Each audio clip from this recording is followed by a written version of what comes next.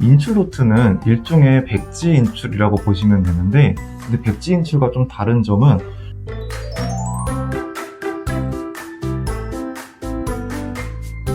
자, 그럼 이제 아까 선생님께서 이런 개론서 읽기 방금 말씀도 해주셨고, 그 다음에 개론서 읽은 후에 합격수기에 보면 이런 문구가 눈에 띄어요. 인출 노트를 활용했다라는 것이 굉장히 전 눈에 띄더라고요. 그래서 이 인출 노트를 어떻게 쓰고 어떻게 진행하셨는지 한번 이야기 부탁드립니다. 메일로도 이 부분은 되게 많이 왔었던 부분이었어요. 인출 노트는 일종의 백지 인출이라고 보시면 되는데, 근데 백지 인출과 좀 다른 점은, 백지는 일단 백지에서 시작을 하잖아요. 백지에서 시작을 하는데, 저는 백지가 아니라 사전에 제가 색펜으로 만들어 놓았던 위계가 있잖아요. 그 위계를 미리 좀 적어 놓습니다. 물론 그것은 과목마다 조금씩 차이가 있기는 한데요. 그래도 일단은 개론서나 혹은 선생님을 위한 시리즈에 적어놨던 그 위계를 따라서 적어놨고요. 그리고 그 위계에서 보통 가장 세부적인 것, 예를 들어서 뭐 문무왕이라고 한다면은 그 문무왕이 백제 유민들을 슬슬 까먹어지는데 견제하기 위해서였나? 아무튼 약간 이런 식으로 되게 우리는 구체적인 쟁점을 묻잖아요. 구체적으로 이걸 하기 위한 목적, 그리고 결과, 배경 이런 것들을 묻잖아요. 이런 구체적인 것들까지 적어놓고, 그래, 이거의 배경이 뭐였지? 어제 이거였지라고 제가 말을 할 수 있으면 그거는 제가 그날 공부를 해서 안다라고 저는 판단했습니다. 네, 이런 식으로 인출 노트를 적었는데, 지금 말씀으로만 드려서 좀 감이 안 잡히실 수도 있어요. 이 부분도 합격수기에 아마 선생님들께서 준비해 주실 것 같아요. 그래서 그 부분 보시면 더 잘 이해가 되실 것 같습니다. 네, 그럼 이런 인출 노트를 매일 하신 건가요? 이 부분은 제가 말씀 안 드렸네요. 대단히 좋은 질문 해주셨는데 네. 매일 했습니다. 이거는 정말 중요하다고 생각했어요. 왜냐하면 제가 매일 공부하잖아요. 그러니까 당연히 매일 얼마나 공부했지? 나 진짜 오늘 공부한 거 이러한 쟁점들을 내가 정확하게 알고 있나? 헷갈려 하진 않는가? 이런 것들을 확인할 수 있는 게 바로 인출 노트였다고 생각을 해요. 그러니까 매일매일이 형성평가인 거예요. 사실 좀만 더 각 잡고 만들면 총괄로도 쓸 수 있는 게 저는 인출 노트라고 생각을 했고요. 그러나 다만 중요한 것은 저는 인출 노트를 예쁘게 만들진 않았어요. 진짜 글씨도 상당히 엉망이에요. 나중에 보시면 아시겠지만 정말 글씨도 엉망이었는데, 포인트는 이건 도구일 뿐입니다. 내가 말을 하고 오늘 공부한 것들을 체크할 수 있는 도구일 뿐이지 예쁘게 만들 필요는 전혀 없는 것 같아요. 중요한 건 내가 얼마나 적확하게, 정확히, 빨리, 신속하게 인출해낼 수 있는지에 대한 여부인 것 같습니다. 네, 그럼 이런 인출 노트가 이제 지금 질문이 되게 많다고 하셨는데, 그럼 인출 노트에 관련된 문항들은 공부 중간중간에 이거 인출 노트에 옮겨 쓰신 거예요? 아니면 하루 공부를 다 마무리하신 다음에 오늘 공부한 내용 중에 이거 내일 아침에 풀어봐야지 하고 만드신 거예요? 하루 공부를 끝내면서 만들었습니다. 그 이유는 일단은 특히 3월에서 6월은 처음 보는 것들의 연속이에요. 그래서 그 처음 보는 것들이 뭐가 있었는지는 전체적으로 나 맞아, 오늘 이 정도에서 이 정도까지 공부했었지를 돌아보면서 적는 겁니다. 적고 나 이런 것도 실제로 공부했었구나 라는 거를 정리를 해놓고, 나 이런 식으로 색칠도 했었구나, 한 번 더 확인을 하는 거죠. 그렇게 리마인드를 하고, 그리고 그 다음날 아침에 분명히 까먹거든요. 그래서 내가 무엇을 얼마나 잘 기억하고 있지? 무엇을 까먹었지? 나 이 쟁점은 확실히 약했는데 진짜 약한 거 맞구나. 이 쟁점은 알고 있다고 착각했었는데 아침에 일어나서 보니까 정말 착각이구나 라는 것을 짚고 넘어갔던 거죠. 그리고 그 부분들은 집중해서 다음에 인출할 때 더 세심하게 신경 써서 인출을 했습니다. 그러니까 이 인출 노트가 지금 이렇게 말씀하신 걸 들어보니까 어떻게 보면은 공부한 내용을 자연스럽게 3번 복습해주는 효과였던 것 같아요. 왜냐면은 처음에 본인 스스로 개론서든 내용 복습할 때, 그리고 그날 저녁에 다시 한번 내일 인출 노트에 뭘 만들까 고민하면서 오늘 배운 내용을 점검할 때, 그리고 다음날 아침에 전날에 어떤 부분을 내가 봤는지 다시 한번 점검할 때 보면서 총 3번의 내용 복습을 하다 보니까 굉장히 그 주간 했던 공부 내용들이 효과적으로 내 머릿속에 들어왔던 것이 아닌가 싶습니다. 그러니까 우리가 지금 전공 역사가 양이 많다고 해서 오늘 본 내용 보고 그다음 바로 그냥 다음 내용 보고 또 보고 하면은 보고 까먹고의 반복인데 김현주 선생님께서는 조금 호흡을 길게 잡고 오늘 공부한 내용 중에서 꼭 외워야 될 것들, 내일 다시 한번 봐야 될 것들 한번 정리해서 보시고 또 다음날 아침에 그걸로 시작하시다 보니까 굉장히 효과적으로 회독 수는 적더라도 효과적으로 암기를 해 나가실 수 있었던 것 같습니다. 그래서 여러분들도 지금 이 영상을 보신 다음부터는 이런 식으로 인출노트 꼭 만드시고 풀어보시면은 우리 비약적인 점수 상승을 맛보지 않을까 싶습니다. 자, 그러면은 지금 말씀하신 것만 봐도 하루에 12시간 공부하시고 그 다음에 주일에도 교회 갔다가 또 공부하시고 쉬지 않고 공부하시고 또 개론서도 어쨌거나 학원에서 보라고 하는 것들 다 꼼꼼하게 보시고 또 인출 노트까지 이렇게 작성하시면서 굉장히 피곤하시기도 하고 하셨을 것 같은데 그렇다면 상반기에 3, 6월 사이에 뭐 이런 슬럼프라던가 이런 것들은 없으셨는지 또 그 과정 속에서 뭐 불안감이나 스트레스 해소 같은 것들은 어떻게 하셨는지 말씀해 주시기 바랍니다. 저라고 스트레스가 전혀 없지는 않았습니다. 물론 7, 8월에는 진짜 많이 불안했었는데 그래도 3, 6월에는 제가 상대적으로 덜 느꼈던 것 같아요. 아직 시간이 좀 많이 있다라고 느꼈기 때문에 그리고 실제로 총괄평가 때도 그래도 점점 성적이 올라가는 것을 제가 느꼈었거든요. 그래서 잘 가고 있구나라는 그런 자신감이 있었기 때문에 그런 공부에 대한 스트레스는 좀 다소 적었던 것 같은데 그만큼 또 자신감이 있었기 때문에 되게 뜬금없이 연락 오는 경우가 또 있었어요. 사람 일이라는 게 모르잖아요. 갑자기 어떤 친구가 저를 보고 싶어서 전화를 했대요. 혹은 갑자기 저희 동네에 왔대요. 그래서 만나자고 할 때 저는 이만큼 해놓은 게 있었고 그리고 실제로 시험 성적도 어느 정도는 나왔기 때문에 그 자신감으로 좋아, 만나자, 보고 싶다 이런 식으로 말할 수 있었던 것 같아요. 그런 점에서 오히려 덜 불안하고 덜 스트레스를 받을 수 있었던 것 같습니다. 평상시에 틈틈이 해놓은 공부가 어쩌면 최고의 스트레스 해소법일 수도 있다는 얘기를 지금 드리고 있는 것 같습니다. 맞아요. 우리가 공부를 할 때 늘 계획대로 할 수도 없고 또 이렇게 우리가 생각하지 못했던 이런 이벤트들이 늘 어디서나 터질 수밖에 없어요. 뭐 갑자기 예비군 훈련이 나올 수도 있고 또 갑자기 친구가 뭐 갑자기 실현했다고 옆에서 울고 있을 수도 있고 뭐 주변에 뭐 안 좋은 일을 당할 수도 있고 또 좋은 일이 있어서 같이 축하해줄 일이 있어야 돼서 하니까 또 뭐 스터전에 뭐 같이 하자고 할 수도 있고 하니까 선생님도 그런 이런 우발적인 이벤트에 너무 동요하지 마시고 평상시에 내가 열심히 했던 것들을 믿고 그런 우발적인 사건 뭐 이벤트에 있어서는 또 그 순간에 최선을 다해서 뭐 즐길 땐 즐기고 슬퍼해줄 땐 같이 슬퍼해주고 하시면은 된다는 말씀 같습니다. 자, 그러면은 이제 3, 6월에서 조금 더 시간을 가서 이제 7, 8월 달에는 어떻게 공부를 하셨는지 한번 봐야 될 것 같아요. 그럼 7, 8월 달은 이제 본격적인 문제풀이가 시작이 되는 시기인데, 방금 전에 말씀하신 거 보니까 좀 이 시기에 스트레스를 좀 받으셨던 것 같은데, 이 시기에는 공부를 어떻게 해 나가셨는지 한번 궁금합니다. 먼저 스트레스를 받았던 이유에 대해서 말씀을 드리자면 2가지 정도로 말씀드릴 수 있을 것 같아요. 첫째는 날씨입니다. 집에서 했는데도요, 너무 덥더라고요. 그리고 힘들었어요. 체력적으로도 운동을 틈틈이 했는데도 힘들다라는 게 느껴졌습니다. 그리고 2번째로는 사실 이게 되게 역설적인데요. 제가 여태까지 들었던 김태규 선생님 그리고 구영모 선생님 강의 중에서 이때 강의가 제일 어렵고 그리고 제일 만족도가 높았어요. 그 이유는 저 같은 경우에는 일단 역교론 같은 경우에는 이때 신간 서적을 많이 나가주셨었어요. 진짜 처음 보는 서적들을 갑자기 나가니까 가뜩이나 역교론은 처음 보는 그런 서적이나 내용에 대한 진입 장벽이 대단히 높은데 당연히 제 점수가 좋았을 리가 없겠죠. 인출노트 했는데 또 맨날 인출 못하고 이런 것에서 스트레스를 받았던 것 같습니다. 그래도 이때 제가 어떤 식으로 전공 공부를 했냐면 결론적으로 말씀드리면 역시나 선생님들 커리큘럼을 충실하게 따라갔습니다.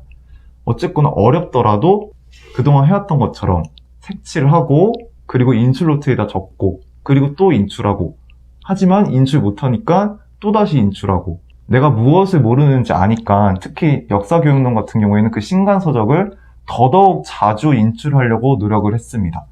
이런 식으로 했고 그 외에 봤던 서적 같은 경우에는 대동소이해요. 다만 한 가지 차이점이 있다면 한국사 같은 경우에는 이때부터 길잡이와 특강을 안 보기 시작했습니다.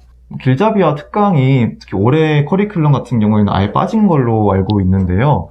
그만큼 좀 중요성이 애매해진 것 같아요. 그래서 일단 3월하고 6월까지는 그때는 읽으시기도 했고 강의에서 열심히 따라갔지만 이만큼이면은 충분히 단권화한 것 같다.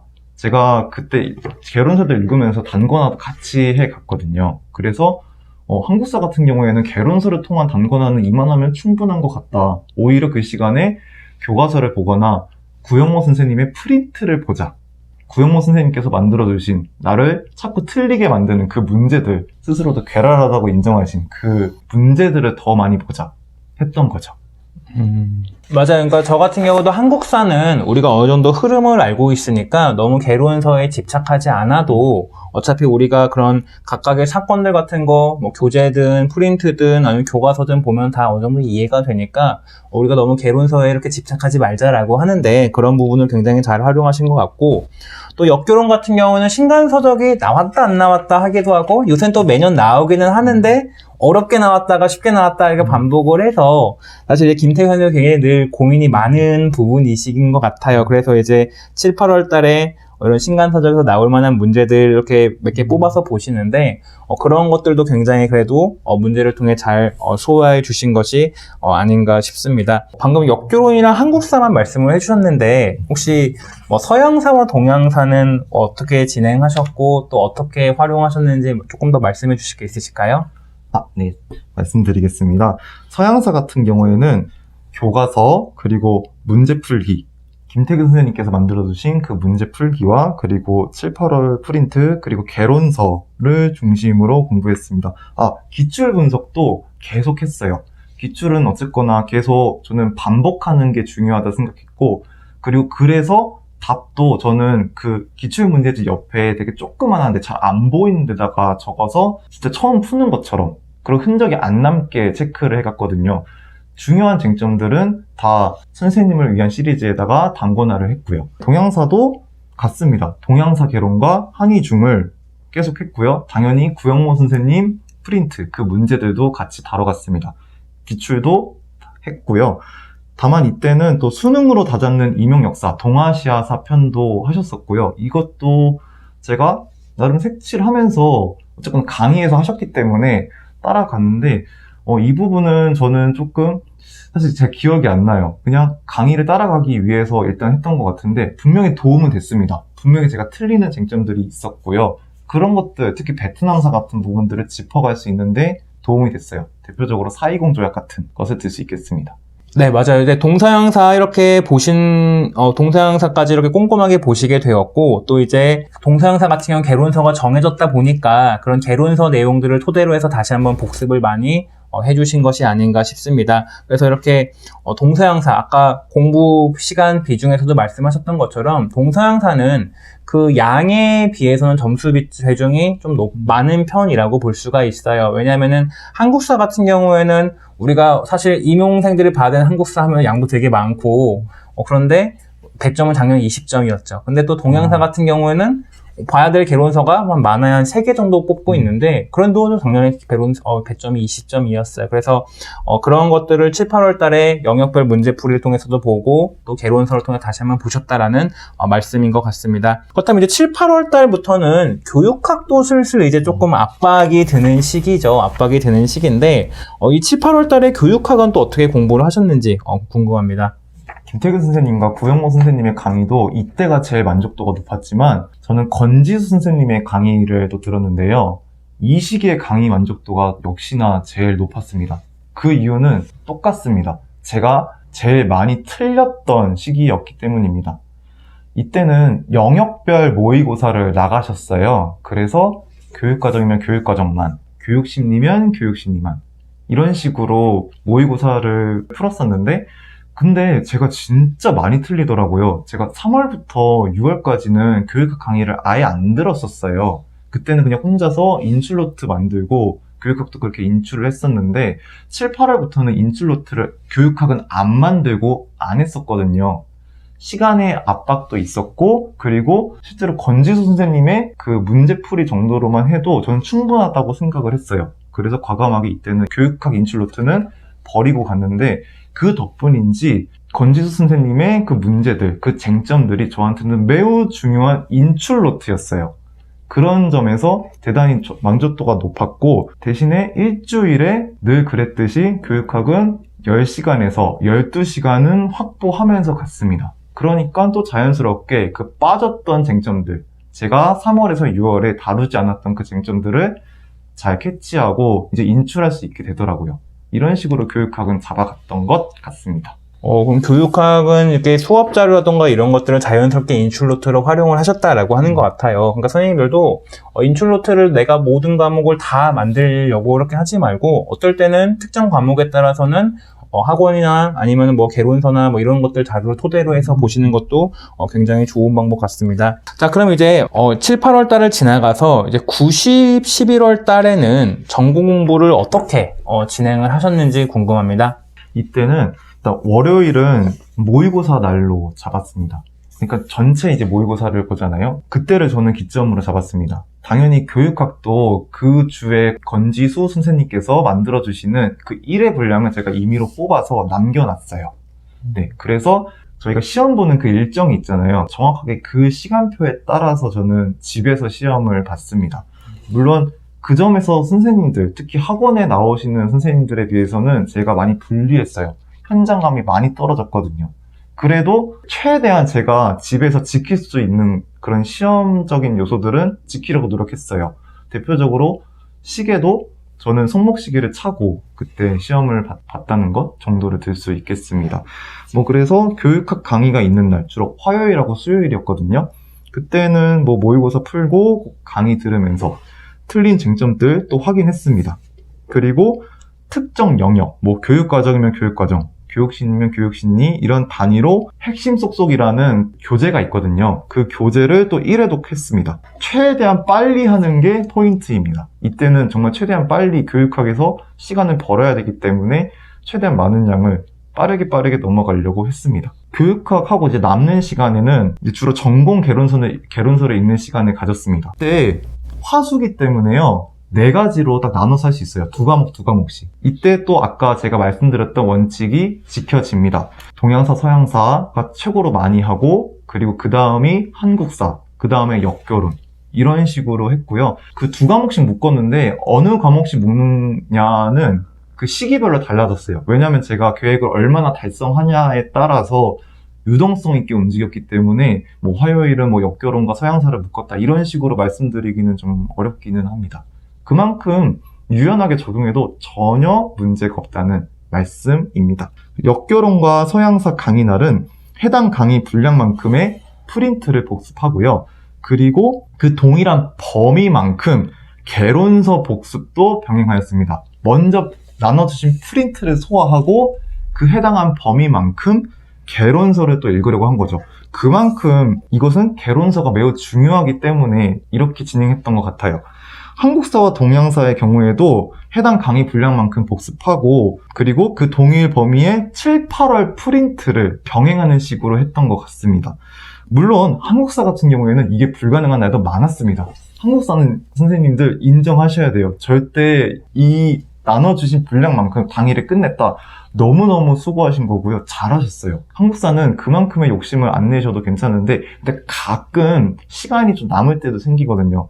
그때 이렇게 했다는 것이지 늘 그랬던 게 아니라는 것을 거듭 말씀드립니다. 강의를 듣지 않는 날에는요, 대체적으로 한국사와 동양사는 7, 8월과 9, 10, 11월 프린트를 한 번 더 회독하거나 한문사료 노트를 혹은 기출 분석을 하는 시간을 가졌습니다. 이 방금 말씀드린 것들이 좀 제가 언급을 거의 안 해드렸어요. 그러니까 되게 틈틈이 가져갔다는 거예요. 이렇게 강의를 듣지 않는 날. 다만 중요한 것은 내가 그 해당 주에 강의 분량만큼은 다 소화한 다음에 이루어지는 것이었고요. 네, 그 시간이 남았기 때문에 이것들을 틈틈이 챙겨갈 수 있었어요.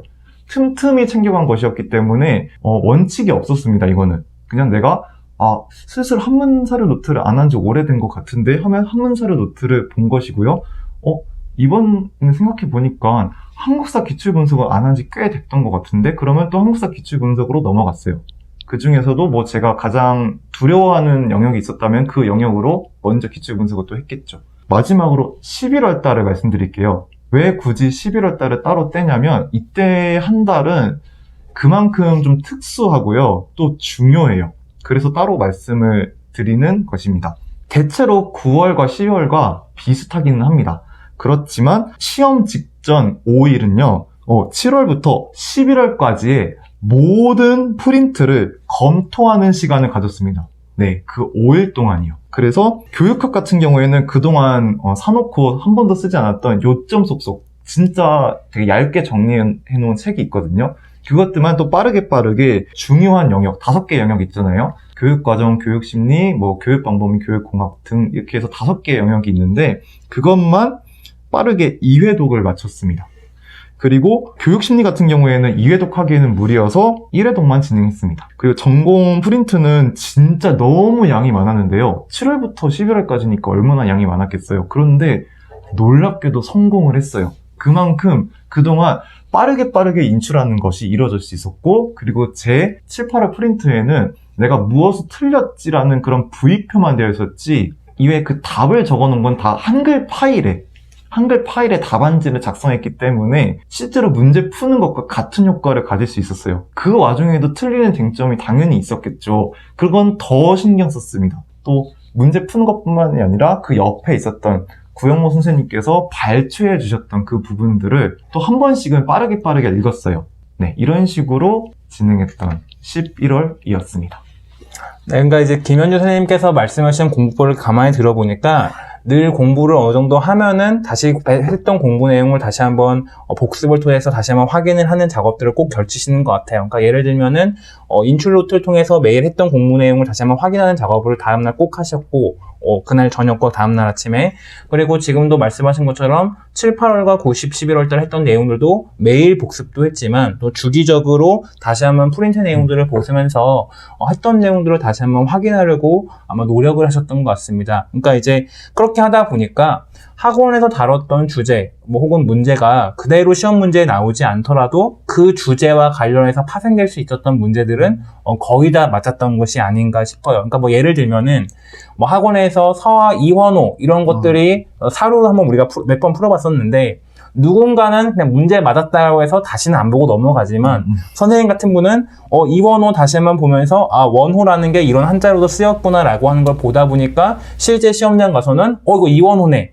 굉장히 쉽게 해서 그런 학원에서 다뤘던 주제들까지도 굉장히 다 꼼꼼하게 다루시다 보니까 훨씬 더 고득점을 맞으신 것 같거든요. 그러니까 지금 이 영상을 보시는 분들, 학원을 안 다니시는 분이 있다라고 하더라도 꼭 상반기나 아니면 7, 8, 9, 10월 달에 했던 내용들 꼭 시험 앞두고 다시 한번 복습하시면은 훨씬 더 좋은 결과 있지 않을까 싶어요. 그러니까 저도 임용시험을 3번이나 봤어요. 저는 3번이나 봤는데 우리가 시험 봐서 알지만 꼭 시험장 끝나고 나오면 생각이 나잖아요. 나오는 것들 되게 많은데 이게 내 머릿속에서 떠올려 봤던 경험이 만약 한 번이라도 더 있었으면 아마 시험장에서 썼을 거예요. 그러니까 여러분들도 꼭 이런 인출 노트, 그리고 시험 5일 앞두고든 일주일 앞두고든 여태까지 했던 내용들, 주제들 다시 한번 이렇게 보시는 방법들 하면은 훨씬 더 좋은 결과 있지 않을까 싶습니다.